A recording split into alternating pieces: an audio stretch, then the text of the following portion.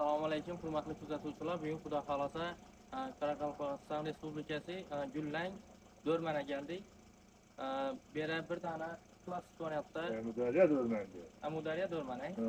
Doğrusu Gullar degan qarasima kiradi u. Amudarya Do'rmana keladi. Bu yerda Qo'chvoyi. Do'rmana geldik. Yine katta bir darvoza o'rnatdik. Bu darvozamiz klassik variantda ishlandi. Devraylarni 15 santimlik ablan eshiklarni o'rnatdik.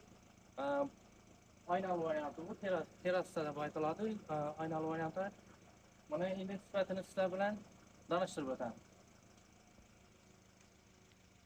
Eshigimizni asosiy palatasini listlari bular 1.8 qalin listlarda urildi. İçkari tarafları izolyatsiya shumkalari urilib, arka tarafları alikablontni jidki voza bosib berdik. Ertangi bugun defekt bo'lib, yana shurublari bachkana bo'lib ko'rsatmayapti. Hozir bu alikabonlarni plonkalarni olib tashlamadik. Ertangi bugun suvoqlari va remonti bitgandan keyin olib chiroylatib qo'yadilar. Eshigimizni zamoqlarga keladigan bo'lsak, stimul 5 yillik yaxshi zamoqlardan o'rnatib berdik. Buni ham dizayni eshigimizni nijoykalari bilan passet bo'ldi. Eshikni yana ochib yo'qolishini ko'rasizlar. Malibon eshigi deyim bo'ldi. Eshigimizning vazni og'ir, shuning uchun ham aytgan joyimizda turadi.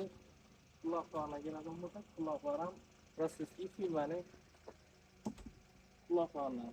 Tafsitlari yine yağlangan, hamma narsasi ekoloji yaxshi sifatida ko'rsatadi. O yağlab turish kerakmi yo nemakmi? Mana shu o'rnatgan vaqtda xaridorlar o'rnatish ekan. So'ng yana edi, bir yildan keyinmi? Ha, so'nglik bilan yana yog'lab qo'yadi. Bu eshigimizni kraskasiga keladigan bo'lsak, 4 silovoy kraska hisoblanadi. Hamisha aytib o'taman, shu ishlari gruntovkadan keyin gruntovka antigraviy gravatik hisoblanadi. Keyin ustidan Dayvo kraska hisoblanadi. Keyin oxirgi palajenasida lak hisoblanadi. Dayvo firmani laklardan bo'ladi. Eshigimizni umrini ziyodatish uchun gravatik abzatini ishlab saqlamiz. Endi eshigimizni steklosini keladigan bo'lsak, bu 2 kat bo'ladi. 2 kat steklo. İçkari tarafı oq, tashqari tarafı gulli kristal bo'ladi. Kristal bo'lmasının sababi ichkari tarafı Bıcırdı. Hava.